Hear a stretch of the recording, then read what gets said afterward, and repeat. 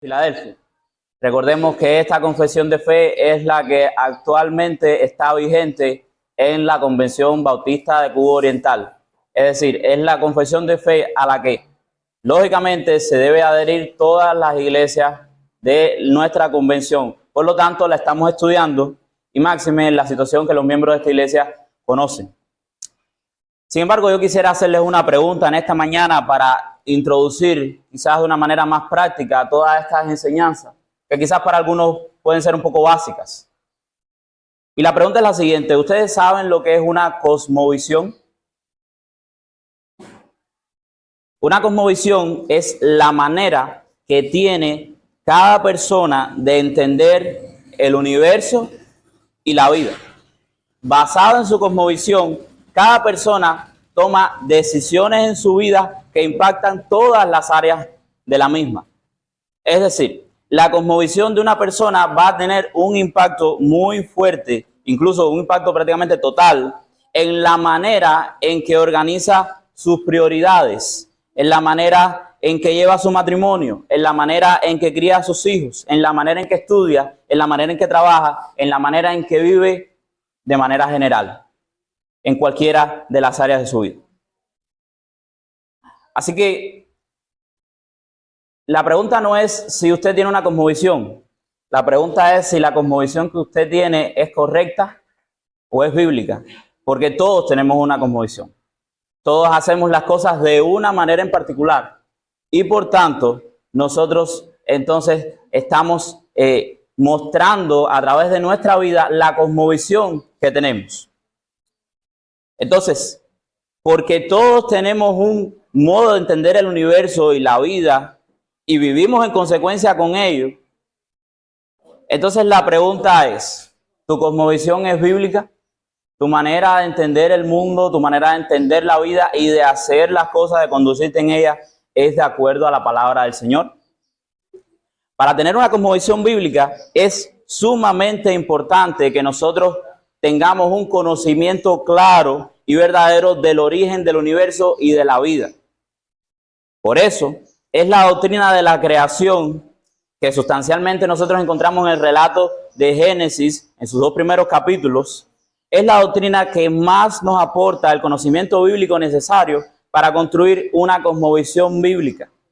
¿Por qué? Porque es el origen de todas las cosas. Si nosotros queremos tener una cosmovisión, una manera de ver la vida correcta, nosotros tenemos que tener un conocimiento claro y bíblico de dónde salen todas las cosas y de dónde sale la vida. Por eso es que nosotros vamos a estar estudiando en esta mañana este 4º capítulo de la Confesión de Fe de Filadelfia. Y si usted puede leer ahí, hay algo que se asume, y es lo primero que vamos a explicar en el primer párrafo de la confesión, o de este capítulo. Dice: en el principio agradó a Dios Padre, Hijo y Espíritu Santo, para la manifestación de la gloria de su poder, sabiduría y bondad eternas. Escuche esto: crear o hacer el mundo y todas las cosas que en él están, ya sean visibles o invisibles, en el espacio de 6 días, y todas muy buenas. Hay algo que se asume en ese párrafo y que no se explica directamente, y es la realidad y la verdad bíblica de la creación de Dios a partir de la nada. Eso se asume en ese párrafo. Es decir, Dios creó a partir de la nada. No había nada cuando Dios comenzó a crear, y a partir de eso Dios creó. Prácticamente todos están de acuerdo, y cuando digo todos me refiero a filósofos, me refiero a científicos, y les pido me perdonen que esta primera explicación lleva un poco de filosofía y lleva un poco de pensamiento, así que les pido estén activos. Muchas gracias. Pero prácticamente todos los filósofos, todos los científicos están de acuerdo en que existe el universo. Eso es algo en lo que obligatoriamente todos deben estar de acuerdo. Y dada la verdad de que existe un universo, los filósofos y grandes pensadores se han preguntado en toda la historia: ¿por qué hay algo en lugar de la nada? Dicho de otro modo, ¿por qué existe todo lo que existe? ¿Cuál es la razón? ¿Cuál es la causa principal? Las personas que proponen la llamada teoría del Big Bang, la gran explosión, dicen que hace entre 15 y 18 mil millones de años el universo comenzó como resultado de una explosión gigantesca. Sin embargo, si nosotros nos vamos por esa línea de pensamiento, y esto es lo que les enseñan a nuestros niños, a nuestros hijos, y lo que nos han enseñado toda la vida en las escuelas, si nos vamos por esa línea de pensamiento, la pregunta sería, ¿a partir de qué se originó dicha explosión? ¿De la nada? Curiosamente, hay una ley científica que es de las absolutas. Y esta ley científica fue desarrollada o fue, vamos a decir, formulada en los tiempos en que el latín era el idioma universal, como lo es ahora el inglés. Y el término de esta ley es ex nihilo nihil fuit. ¿Qué significa eso? Nada surge de la nada. Eso es una ley científica. Dicho un poco más claro, la nada, nada produce. Así que si todo lo que nosotros en algún momento tuvimos o hubo en el universo fue nada, entonces eso es todo lo que podríamos llegar a tener. Nada. ¿Por qué nada? No puede producir algo, ya que la nada es nada. Y por eso les dije, perdónenme la filosofía, pero es un poco necesario. Si alguna vez hubo un tiempo en el que solo hubo la nada absoluta, es decir, no había nada de ningún tipo de cosa, entonces podemos estar totalmente seguros de que hoy, en este momento, todavía habría solamente y absolutamente nada. Alguien inteligente que tiene que ser autoexistente, que debe tener el poder de ser en sí mismo, es el único ser que puede, cuando no hay nada, crear algo. Ese ser es nuestro Dios. Como lo hemos estado viendo en otros estudios, en otras predicaciones, nuestro Dios es como Él se llamó a sí mismo para que Moisés le dijera el nombre a los hijos de Israel. Dios le dijo a Moisés, diles que yo soy, te envía. Dios es en sí mismo y por sí mismo y de sí mismo y para sí mismo. Entonces la visión clásica del cristianismo con respecto a la creación es que Dios creó al mundo ex nihilo, de la nada, lo cual parece contradecir esta ley absoluta que recién mencionamos, que nada surge de la nada. Y la gente ataca la idea de la creación a partir de la nada de parte de Dios precisamente en este punto. Sin embargo, cuando nosotros con nuestra teología cristiana decimos que Dios creó al mundo a partir de la nada, eso no es lo mismo que decir que hubo un momento cuando no había nada y luego de esa nada surgió algo. La postura cristiana es las primeras 4 o 5 palabras de las Sagradas Escrituras. En el principio Dios creó los cielos y la tierra. Esa es la postura cristiana con respecto al origen de todas las cosas. En el principio Dios no es la nada, Dios es alguien, Dios es autoexistente y eterno en su ser y solo nuestro Dios tiene el poder de crear cosas a partir de la nada. Dios puede llamar a existir a mundos enteros. Este es el poder de la creatividad en su sentido absoluto y solo Dios lo tiene. Solo Dios tiene la habilidad de crear la materia, no de simplemente darle una nueva forma a partir del material existente. ¿Por qué digo que este es el poder de la verdadera creatividad en su sentido absoluto? Nosotros hablamos de que un ingeniero creó tal o más cual cosa. Nosotros hablamos de que un albañil hizo una pared. Pero en su sentido absoluto, ese albañil no hizo esa pared. Y ese ingeniero no desarrolló, por ejemplo, un edificio. Ese albañil o ese ingeniero, o quien quiera que sea que haya hecho o desarrollado algo, estaba haciendo esas cosas a partir de materiales. Ejemplo, el albañil trabaja a partir de arena, trabaja a partir de cemento, trabaja a partir de piedras, trabaja a partir de cosas que ya existen y que no existen porque él las hizo. Así que el albañil trabaja a partir de algo, pero Dios no es de esa manera.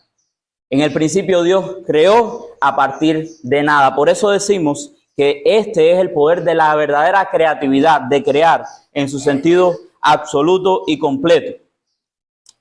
Las Escrituras nos dan una simple descripción de cómo Dios hizo esto. En el capítulo 1 del libro de Génesis, tú puedes encontrar una y otra vez cómo Dios llamó a existencia a todas las cosas que existen. simplemente con el poder de su palabra. Dios dijo sea y fue. Dios dijo que haya y hubo. Y un teólogo de hace muchos años llamado Agustín, que llamó a este poder creador de la palabra de Dios el imperativo divino, la autorización divina. ¿Por qué? Porque Dios da una orden y eso tiene que suceder definitivamente de manera creativa. Cuando Dios crea con el poder de su palabra y dice que sea, ese algo debe ser, debe existir, debe venir a existencia. Hermanos y amigos que nos visitan, la verdad acerca del origen del universo es esta. En el principio creó Dios los cielos y la tierra con todo lo que en ellos hay. No hubo una gran explosión, no hubo una serie de eventos que se desarrollaron en muchos millones de años. Simplemente estuvo el Dios autoexistente y todopoderoso creando a partir de la nada en un plazo de 6 días. La palabra inspirada, infalible, inerrante, autoritativa y perfectamente suficiente para informarnos acerca de la verdad de Dios, que son las Sagradas Escrituras, nos muestra a este Dios como el creador de todas las cosas que existen. Y ahora sí vamos a ver lo primero que explica. Se cayó eso. Ahora sí vamos a ver lo primero que explica la confesión en el primer párrafo. Y es que la creación es una obra trinitaria. La confesión dice que agradó a Dios el Padre, el Hijo y el Espíritu Santo crear todas las cosas. Y yo quisiera que usted me pueda acompañar al libro de Génesis capítulo 1, versículo 1. Este pequeño versículo que tanto hemos estado mencionando en los últimos minutos. Lo que literalmente dice las Escrituras es que en el principio creó Dios los cielos y la tierra. Y hasta ahí nosotros tenemos a la primera persona de la Trinidad obrando en la misma creación. Tenemos al Padre, a la fuente de la deidad, como lo veíamos cuando hablábamos de la Trinidad, creando todas las cosas. Pero como hemos dicho, la creación es una obra trinitaria, no simplemente fue el Padre. Si tú puedes ir al libro de Juan, al Evangelio según Juan, capítulo 1, versículos desde el 2 al 3, tú te vas a encontrar con una realidad muy fuerte también. Y dice el apóstol Juan, en el principio, aludiendo a este mismo principio del que habla probablemente Moisés en Génesis 1, era el Verbo, y el Verbo era con Dios, y el Verbo era Dios. Este era en el principio con Dios. Y dice, todas las cosas por Él fueron hechas, y sin Él nada de lo que ha sido hecho fue hecho. Es decir, nuestro Señor Jesucristo estaba juntamente con el Padre en los días de la creación, siendo Él mismo el medio por el cual todas las cosas vinieron a existencia, por el cual Dios creó todas las cosas. Nuestro Señor Jesucristo, como la palabra de Dios, era el mismo medio por el cual Dios creaba. También, si tú puedes ir al libro de los Hebreos, a la epístola de Pablo a los Hebreos, capítulo 1, dice así el versículo 2. Perdón, vamos a leer desde el 1. Dice, Dios, habiendo hablado muchas veces y de muchas maneras en otro tiempo a los padres por los profetas, en estos postreros días nos ha hablado por el Hijo, es decir, por Cristo, a quien constituyó heredero de todo y por quien asimismo hizo el universo. Fue por medio de Jesucristo que se hizo el universo. Y por último, pudiéramos ir a la epístola de Pablo a los Colosenses, capítulo 1, versículo 16, dice de la siguiente manera. Porque en Él, y ahí se está haciendo referencia a Cristo, en Él fueron creadas todas las cosas, las que hay en los cielos y las que hay en la tierra, visibles e invisibles, que es lo que dice la confesión, sean tronos, sean dominios, sean principados, sean potestades, todo fue creado por medio de Él y para Él. Nuestro Señor Jesucristo, siendo el mismo medio y el mismo fin de la creación de todas las cosas, fue por medio de Él que se crearon todas las cosas y fue para Él que se crearon todas las cosas. Y finalmente, la tercera persona de la Trinidad, que la vemos muy claramente en el mismo Génesis capítulo 1, específicamente versículo 2, cuando dice, y la tierra estaba desordenada y vacía, y el Espíritu de Dios se movía sobre la faz de las aguas. Ahí estaba el Espíritu de Dios, y la palabra que encontramos en hebreo ahí hace alusión como a algo como que se estaba cultivando, como que estaba preparando algo para que fuese germinado, como si fuese una semilla que se estuviese cultivando y preparando para que germinase. Así que de cierta manera esa fue la obra del Espíritu en la creación. Por lo tanto, nosotros tenemos a toda la Trinidad puesta de acuerdo para crear todas las cosas que existen. No obstante a eso, si usted puede mirar el mismo libro de Génesis, capítulo 1, versículo 21, versículo 26, dijo Dios, hagamos al hombre a nuestra imagen, conforme a nuestra semejanza. Y luego todo lo demás que dice el texto, el Señor Dios se está refiriendo a sí mismo en plural. Es decir, no era una sola persona, eran varias personas. Y como ya hemos visto, eran las tres personas de la Trinidad, Padre, Hijo y Espíritu Santo, puestos perfectamente de acuerdo y en armonía para crear todas las cosas. Por eso, originalmente, a Dios le agradó completamente todas las cosas que hizo.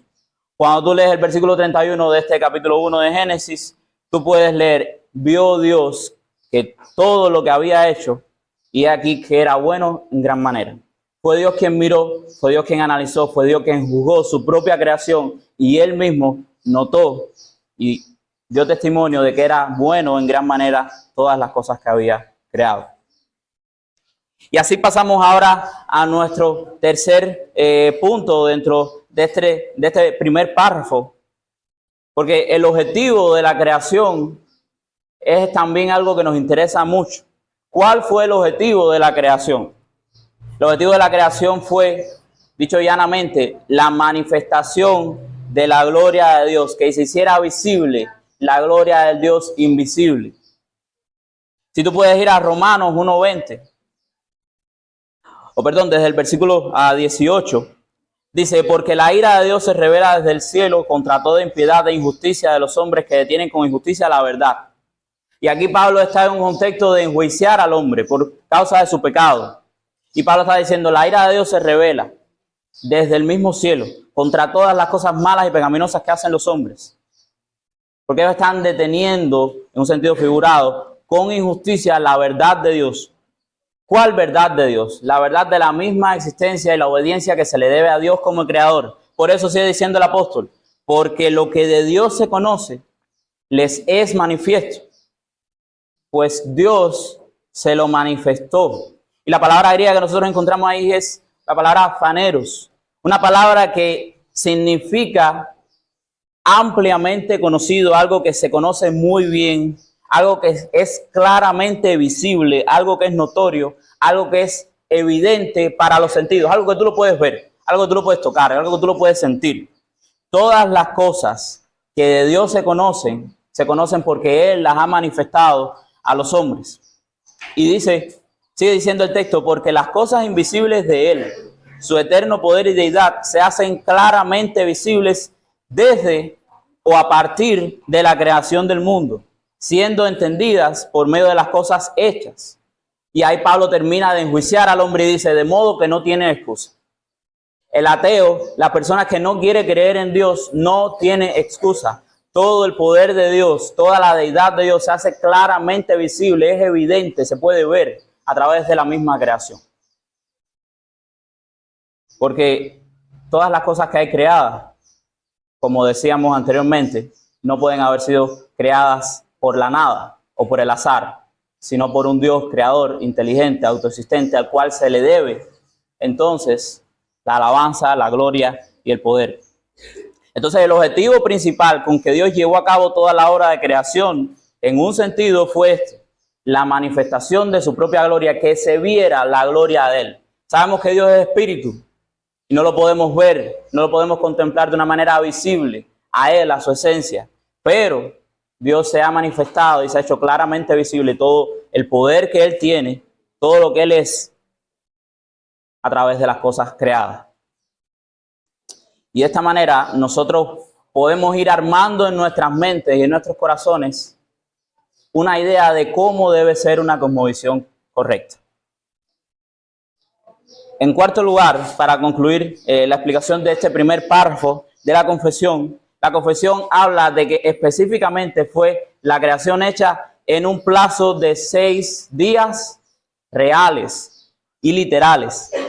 Muchos estudiosos, muchos teólogos y científicos liberales, de los cuales pudiéramos estar hablando aquí, pudiéramos leer párrafos completos de sus análisis, han cuestionado la creación de Dios como que eso no pudo haber sido tan solo en 6 días.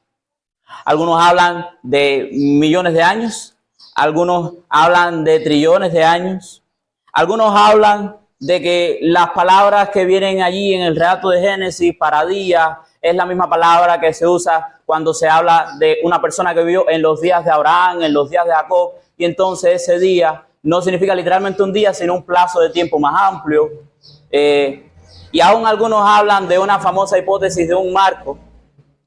La hipótesis del marco, para que ustedes entiendan rápidamente, tiene que ver con que la forma en la que está escrita estos primeros 2 capítulos de Génesis, a algunos estudiosos le parece como si fuese una poesía, porque vas habiendo una sucesión de días y noches y Dios va creando poco a poco, y hay una frase que dice, y fue la tarde y la mañana un día, y fue la tarde y la mañana del día segundo. Y para algunos esto es como una especie de poesía hebrea muy antigua, y por esa explicación, dicen ellos, no fueron 6 días literalmente. Sin embargo, esta misma idea repetitiva a lo largo de todo el capítulo 1 de Génesis nos deja claro que Dios creó todas las cosas en 6 días literalmente. Esta misma frase que se repite lo deja más que claro. Hay cosas en las escrituras que es verdad que son un poco complicadas de entender, pero hay cosas que están claras. Y yo creo que el libro de Génesis, específicamente estos 2 o 3 primeros capítulos, Moisés, si es cierto que fue él quien lo escribió, fue muy claro y muy consistente al escribirlo. Moisés, de hecho, escribió el libro de Génesis y todo el Pentateuco con el objetivo de que el pueblo de Israel conociera al Dios de sus padres. Conociera al Dios de Abraham, al Dios de Isaac y al Dios de Jacob, que les había prometido darles una tierra. Y ese Dios les estaba llevando hasta la tierra prometida y Moisés quería que ellos lo conociesen. Y para conocer a ese Dios debían conocer desde el mismo principio a ese Dios que creó todas las cosas. Por tanto, cuando Moisés está diciendo, y fue la tarde y la mañana de un día, fue la tarde y la mañana de un día, Moisés está haciendo claro, en ese día Dios hizo eso. Y finalmente, en el 7º día, Dios descansó, o Dios reposó de sus obras. Sabemos que por causa de nosotros, no por causa suya. Por lo tanto, cada uno de los días, así como está escrito en la confesión, así como nosotros podemos ver en este primer capítulo del libro de Génesis, fueron días literales, la mañana y la tarde, o la tarde y la noche de un día. Así que antes de pasar para el próximo punto, para el siguiente texto de la confesión, yo te pregunto en esta mañana, ¿tú quieres tener una cosmovisión bíblica? ¿Tú quieres tener una manera correcta, según la palabra, de ver el mundo, de entender la vida, de cómo tú debes vivir? ¿Tú quieres que tu manera de ver la vida esté de acuerdo a la palabra de Dios? Tú debes creer, entonces, que el Trino Dios es el creador de todas las cosas, que toda la creación es una manifestación de su eterno poder y deidad, y que el poder de Dios es tal que todo cuanto existe lo creó en tan solo 6 días. Porque si tú construyes, o si continúas construyendo, tu manera de ver la vida y tu manera de comportarte, en base a la idea de que no hay Dios, como que la vida surgió de la nada, como que todas las cosas que existen fueron resultado de simplemente el azar, entonces, mi amigo, la Sagrada Escritura te llama necio. Dice el necio en su corazón, no hay Dios. Ese es el necio. Porque no existe, mi hermano, no existe una manera bíblica ni correcta de ver la vida, sino esa manera de ver la vida que cree, que confía y que abraza al creador del universo y de toda forma de vida. No podemos ver la vida de manera correcta si no abrazamos y confiamos y entendemos a Dios como el creador de todas las cosas y de toda forma de vida. Y esta aplicación quizás pudiera ser para aquella persona que nos visita y que no sabe nada del Evangelio ni sabe nada de las Escrituras. Pero para los creyentes, para la iglesia, ¿cuántas veces nosotros vivimos como si Dios no existiera? ¿Cuántas veces nosotros dejamos la toma de nuestras decisiones no en base al dominio de Dios sobre nosotros como nuestro creador y también como nuestro recreador, como vamos a ver al final, sino que nosotros dejamos la toma de nuestras decisiones, la lista de prioridades, el orden de nuestras prioridades, todas las cosas que nosotros hacemos en nuestra vida en base a nuestra propia mentalidad, a nuestra propia sabiduría. Y eso es vivir como si Dios no existiera. Porque si Dios es el creador, Dios tiene dominio y poder sobre ti como su criatura.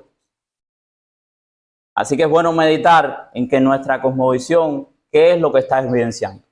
Tu manera de ver la vida y comportarte, ¿qué es lo que está evidenciando? Que hay un Dios creador del universo que tiene poder y autoridad sobre ti solamente por ser su criatura y que también te ha hecho una nueva criatura en Cristo Jesús. O tu manera de ver la vida y de comportarte en tu vida está diciendo que no hay Dios, al igual que el necio. En segundo lugar, y por último, vamos a estar viendo al menos 4 aspectos de la creación, pero específicamente del hombre. Dios hizo al hombre a su imagen y semejanza. Dios hizo al hombre con una composición bipartita, es decir, en 2 partes, cuerpo y alma. Dios, probablemente en la misma creación, y eso se nos revela en otro pasaje de la Escritura, escribió su propia ley en los corazones de todos los hombres por igual. Y finalmente, Dios dio un mandato al hombre que recién había creado, una prohibición que el hombre finalmente tomó su decisión de manera libre y por consiguiente luego dejó de ser libre. Así que vamos a explicar primeramente cómo Dios ha creado al hombre a su imagen y semejanza. Si tú puedes ir al libro de Génesis, capítulo 1, por favor, versículo 26. Entonces, después que Dios había creado todas las cosas, cielos, tierra, animales, peces, entonces dijo Dios, hagamos al hombre a nuestra imagen, conforme a nuestra semejanza, y señoré en los peces del mar, en las aves de los cielos, en las bestias, en toda la tierra, y en todo animal que se arrastra sobre la tierra. ¿Y qué sucedió? Y creó Dios al hombre a su imagen. A imagen de Dios lo creó. Varón y hembra los creó. Y bendijo Dios, los bendijo Dios y les dijo, id y fructificad, multiplicados y demás. Pero como nosotros podemos ver en este texto de las Escrituras, cómo el Señor creó al hombre, nos creó a nosotros, no de la misma manera que hizo a la creación, no de la misma manera que hizo los cielos, no de la misma manera que hizo a la tierra, no de la misma manera que hizo a los animales, sino que además del poder de su propia palabra, Dios hizo al hombre con una característica especial. Dios hizo al hombre con la capacidad inherente en sí mismo de ser un portador de la imagen de Dios. Porque ¿qué dice el texto? Dios hizo al hombre conforme a su imagen y semejanza. Así que, en cierta manera, cada ser humano es un reflejo de la imagen de Dios. Es un reflejo visible de la imagen del Dios invisible. Y esto se evidencia en 2 cosas. Número 1, lo que sigue ahí mismo en ese versículo 26. Así como Dios, en una manera suprema, en una manera que es sobre todas las cosas, gobierna y no hay nada que se le escape de su dominio, en una manera menor, en una manera más baja, Dios le dio al hombre la capacidad de señorear sobre las cosas que Dios había creado. Y le dio la capacidad de señorear sobre peces, sobre aves, sobre bestias, sobre la tierra, sobre todo animal que se arrastra incluso. Y esto, si tú miras dentro del mismo texto, es producto de que el hombre fue creado a imagen y semejanza de Dios. El hecho de que el hombre, nosotros tengamos capacidades para desarrollar cosas, El hecho de que el hombre pueda ser ingeniero, el hecho de que el hombre pueda ser albañil, el hecho de que el hombre pueda darle forma a la tierra, el hecho de que el hombre pueda tener conocimientos para dominar de cierta manera los animales y poderse alimentar de ellos, y pueda tener conocimientos de la tierra y pueda labrarla y pueda cuidarla y pueda alimentarse de ella. Todo eso es producto de que nosotros hemos sido creados a imagen y semejanza de Dios. Porque Dios es el Dios creador y por tanto nos ha hecho hombres que pueden darle forma y que pueden beneficiarse de todas las cosas que Dios ha creado.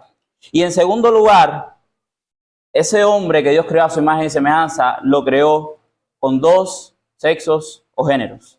Neta y exclusivamente dos sexos o géneros, no más. La realidad biológica de la raza humana está en dos sexos. Varón y hembra. No hay más. No hay más realidad. ¿Qué es la verdad? La consistencia de algo que alguien dice con la realidad. Cuando tú miras la realidad, no hay nada más que hombres y mujeres. Que luego las personas ahora, en los últimos tiempos, quieran cambiar, eso no significa que cambien algo distinto. El hombre que se siente mujer y quiere cambiar a ser mujer, finalmente era un hombre que supuestamente pasó a ser mujer, pero no hay otro sexo. La mujer que se siente hombre, personas tan trastornadas, quiere cambiar a ser hombre siendo mujer, pero finalmente era mujer y según ella ahora es hombre. Pero no hay más que dos sexos. En consecuencia, cuando esas personas, me imagino, vayan a un médico y le tomen los datos, ¿cuál es su sexo? Esté vestido como esté vestido, se haya puesto lo que se haya puesto, ¿es hombre o es mujer? Y en base a eso hay que darle medicamentos y en base a eso hay que tratarlo. Y todo ello, hermano, porque Dios creó de esa manera específica. Cada ser humano, hombre o mujer, es un portador de la imagen de Dios, lo que le otorga cierta dignidad. Y es por eso que la vida es valiosa, porque cada ser humano que vive en esta tierra es portador de la misma imagen de Dios. Por eso la vida, nosotros como cristianos la vemos valiosa, porque son las imágenes de Dios a nuestro alrededor y tienen dignidad precisamente por eso. Y Dios le ha hecho para manifestar la gloria de Él y la grandeza del Creador a través del mandato que le ha dado, lo que conocemos como el mandato cultural, el mandato de fructificar, de multiplicarse, de labrar la tierra, de sojuzgarla. Y es un mandato también, es una responsabilidad que tiene el hombre de ser el portador digno de la imagen de Dios. Así que tener en cuenta la realidad de que somos portadores de la imagen de Dios debe orientar nuestras vidas para la gloria del Dios cuya imagen portamos, y eso es una pieza fundamental en la manera en que tú y yo vemos la vida. Que somos portadores de la imagen de Dios, eso es algo fundamental en la manera en la que tú y yo vemos la vida. Por eso, de cierta manera, el libro de Génesis es la cosmovisión que debe tener el pueblo de Dios, de los orígenes de todas las cosas.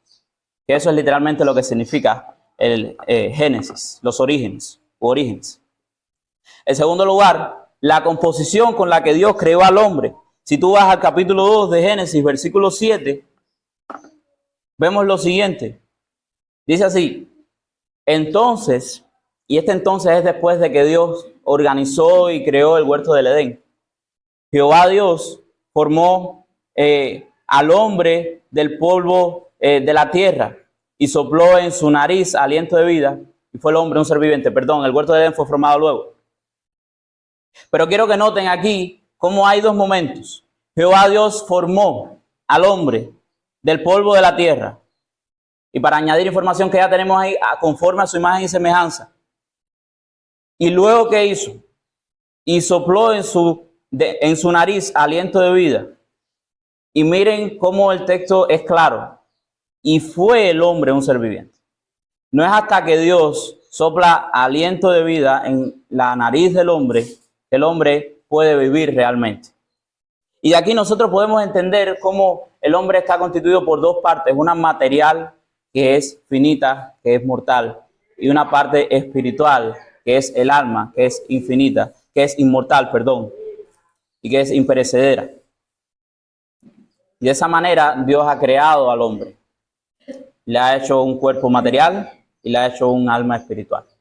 Esto también es importante para la cosmovisión tuya y mía, porque es Dios el que nos ha dado un cuerpo y es Dios el que nos ha dado un alma. Y somos nosotros responsables de cuidar ese cuerpo y esa alma que el Señor nos ha dado como sus mayordomos. Si nosotros podemos ir a Romanos capítulo 2, versículo 14 al 16, hay algo que Dios hizo que Moisés no narra, pero que nosotros podemos entender muy claramente cuando llegamos a este texto en Romanos. Romanos capítulo 2, versículo 14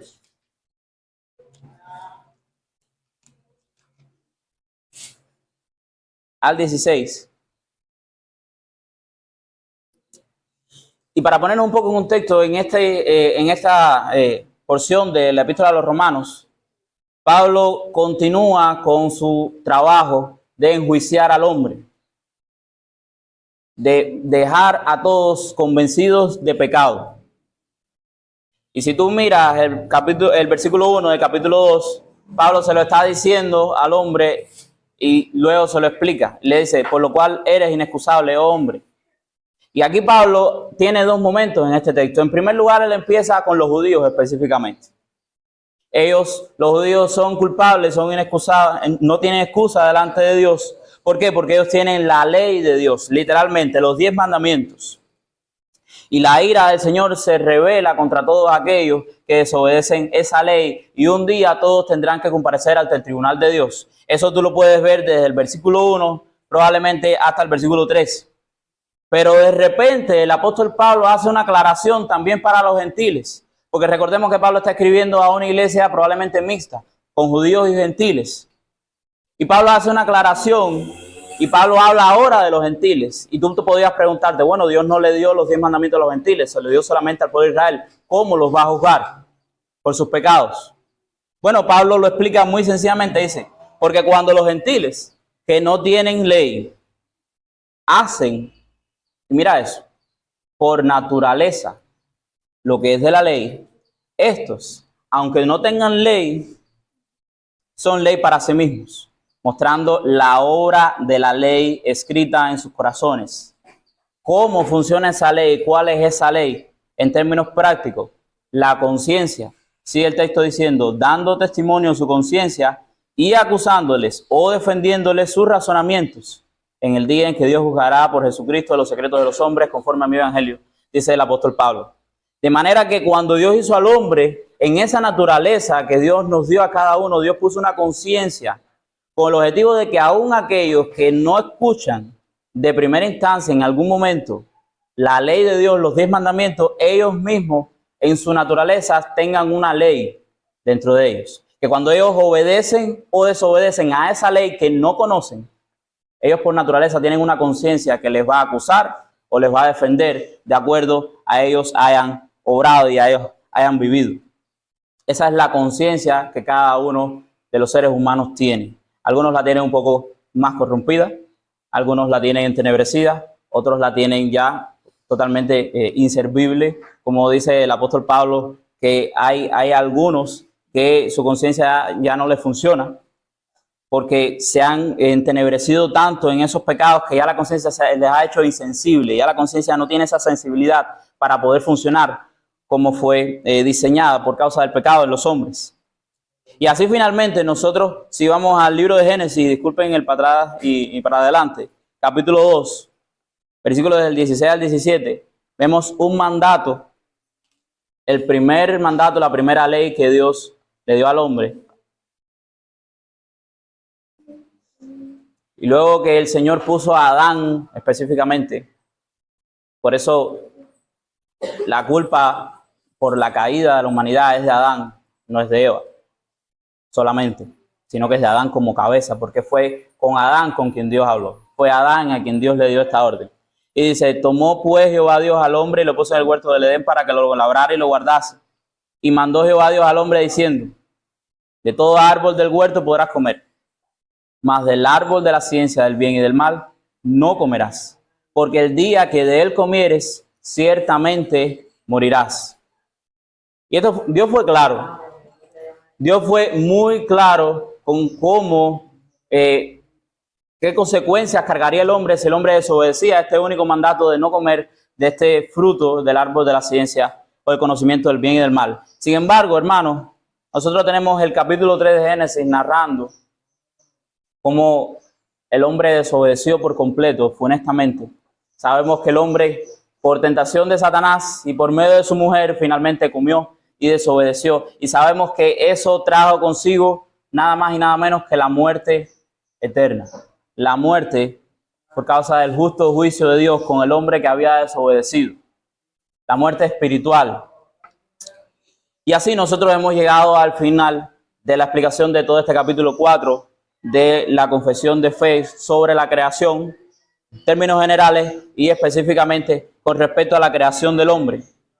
Y si nosotros quisiéramos conectar este tema para no irnos en esta mañana sin haber visto el Evangelio a la luz de este tema, nosotros podemos darnos cuenta que lo que precisamente veníamos diciendo en el relato de Génesis 3, nosotros vemos cómo la conciencia del hombre le acusó por primera vez cuando pecó al desobedecer el mandato claro de Dios de no comer del fruto del árbol de la sabiduría del bien y del mal. Y debido a esto, como explica el apóstol Pablo en 1 Corintios 15:22, todos morimos en Adán junto con él. En ese mismo instante, toda la raza humana cayó. Toda la raza humana cayó en pecado, lo que conocemos como el pecado original, ya que Dios castigó a toda la raza humana con la muerte, tanto material como espiritual. Sin embargo, nosotros en Cristo tenemos una esperanza. En Cristo existe la esperanza de un nuevo nacimiento, la esperanza de ser una nueva criatura, la esperanza de una regeneración, de un nuevo génesis, de un nuevo comienzo. Y esta esperanza existe para todos aquellos que creen en la suficiencia del sacrificio de Jesús en la cruz del Calvario para perdonar a los pecadores, y estas personas ponen su fe en eso. Y así como Dios mandó que de las tinieblas resplandeciese la luz, así también Dios puede resplandecer en los corazones de todos aquellos que confíen en Él para la iluminación del conocimiento de la gloria de Dios en la faz de Jesucristo. Es en Jesucristo que las criaturas, los seres humanos caídos, pueden ser recreados. Es en Cristo que los seres humanos que fueron arruinados en pecado y fueron destruidos en su naturaleza, fueron corrompidos, pueden ser recreados a una imagen, y la imagen de Dios, puede ser restaurada en Cristo. Porque como dice el apóstol Pablo en la epístola a los Efesios, hemos sido creados en Cristo Jesús. Somos hechuras suyas, creados para buenas obras, para una vida de piedad. Así cuando nosotros meditamos entonces en la creación del mundo, en la creación del hombre y aún en la caída, nosotros podemos tener y conocer la esperanza de que en Cristo hay una nueva oportunidad, de que en Cristo está la realidad de la recreación y de la regeneración, donde los hombres que depositan su fe en Jesús pueden vivir nuevamente y plenamente tal como Dios quería al principio. Si tú estás aquí en esta mañana y tú no conoces nada del Evangelio, hoy te fue expuesto. Jesucristo, el Hijo de Dios, el portador perfecto de la imagen de Dios, como dice el libro de los Hebreos, la imagen misma de su sustancia, vino a esta tierra, vivió la vida perfecta que tú y yo no podíamos vivir, vivió obedientemente a la ley de Dios, mientras que tú y yo estábamos desenfrenados en pecado. Murió en la cruz del Calvario, vicariamente. No era Él quien debía morir.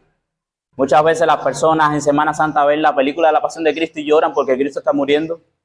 Bueno, en cierto sentido es triste, pero en cierto sentido para el cristianismo es un gozo que Cristo haya muerto, porque nosotros que nos reconocemos pecadores entendemos que su sacrificio es el que nos perdona y nos limpia de todo pecado delante del Señor. Jesucristo, como no tenía pecado, resucitó al tercer día por la gloria del Padre.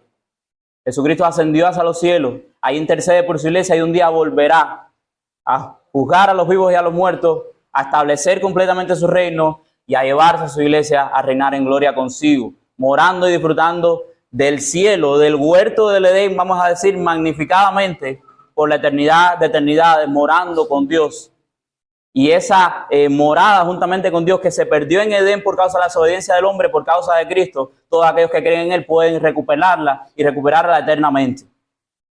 Así que si tú estás aquí, tú has sido informado del Evangelio. Estas son las buenas noticias de salvación para todos aquellos que creen en Jesús. Hay otra noticia que viene juntamente con este Evangelio, y es que todo aquel que escucha, que sabe este Evangelio y no quiere creer, la ira de Dios ahora mismo está sobre esa persona y permanecerá sobre esa persona. Porque la única manera de salvación, el único nombre dado a los hombres en que puedan ser salvos es el nombre de Jesucristo, y hoy te ha sido expuesto a ti que no lo conocías, y si tú dejas pasar esta oportunidad, eso te va a ser tomado en cuenta en el día del juicio final de una manera muy severa, y vas a pagar las consecuencias de que tuviste la oportunidad de ser salvo en el nombre de Jesús y la desaprovechaste y no la tuviste en cuenta. Y así como estuviste teniendo en cuenta a Dios, nunca lo tuviste en cuenta, ahora que encima de tus pecados te da una oportunidad, tampoco la tienes en cuenta. No hay sacrificio para ti, no hay manera en que puedas ser salvo si desaprovechas el sacrificio de Jesucristo que te está siendo mostrado en esta mañana. Cree en el Señor Jesucristo, arrepiéntete de tus pecados y confía en Él y en su sacrificio solamente para salvación. Iglesia, la cosmovisión que nosotros debemos adoptar es una cosmovisión que está fundamentada en la palabra. Los orígenes de todas las cosas están en Dios y han sido hechos por Dios. Por tanto, es en Él y en su palabra que nosotros debemos meditar de principio a fin para que nuestra cosmovisión y nuestra manera de ver la vida sea como la de Dios, sea la que Dios quiere para nosotros. Y esta cosmovisión debe ir más allá de simplemente el relato de Génesis. Debe también tener incluido siempre el Evangelio de Jesucristo. El perdón, la misericordia y la gracia que hay en Jesucristo debe ser algo que reine, que domine nuestra manera de ver la vida. También en el trato con nuestros hijos, con nuestros familiares, con nuestros cónyuges, en el trabajo, en la iglesia, en todo. El Evangelio de Jesucristo debe ser fundamental en nuestra manera de ver la vida. En conclusiones, para poseer una cosmovisión bíblica es necesario un entendimiento del origen del universo, el cual hemos podido estudiar un poquito, del universo y la vida, de acuerdo a las escrituras que hemos podido ver en el capítulo 4 de la Confesión. Lo que vemos en ellas, principalmente en el relato de los dos primeros capítulos del libro de Génesis, es que Dios creó los cielos y la tierra y todo lo que en ellos hay a partir de la nada en tan solo 6 días, y al hombre lo creó a su imagen y semejanza, varón y hembra, para la manifestación de su gloria. Eso es lo que nosotros vemos en estos dos capítulos del libro de Génesis y lo que nos muestra también la confesión de una manera detallada, de una manera bien resumida y explicada. El Señor les bendiga. Vamos a orar. Ahora, amado, te damos gracias en esta mañana, oh Señor, porque hemos podido conocerte un poco mejor en tu palabra, porque hemos podido, Señor, entender que tú eres Jehová, que hiciste los cielos, la tierra, el mar y todo lo que en ellos hay, que nos has hecho a nosotros a tu imagen y semejanza. Señor, que tú con tu poder majestuoso has creado todas las cosas en tan solo 6 días. Oh Dios mío, nosotros te damos gloria por ello, pero también te agradecemos porque en Cristo tú nos haces nuevas criaturas. Te agradecemos, Señor, porque la meta de nosotros es que glorifiquemos tu santo y bendito nombre, y eso solamente será logrado cuando nosotros seamos transformados completamente a la imagen y semejanza de Jesucristo, el varón perfecto. Te rogamos que nos ayude a crecer, a madurar, Dios mío, a parecernos a Jesucristo. Oh Dios mío, a ser portadores dignos de tu imagen, Dios mío, en esta tierra. Señor, y que de esta manera tu luz alumbre a través de tu pueblo. Señor, con el poder de tu Espíritu Santo trae convicción de pecado a todas aquellas personas que en esta mañana han escuchado por primera vez el Evangelio, han escuchado por primera vez una exposición de tu palabra.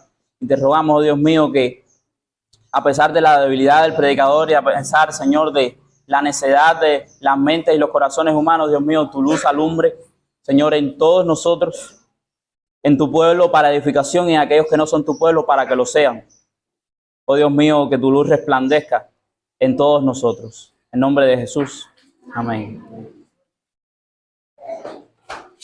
De esta manera vamos a culminar el tiempo de adoración.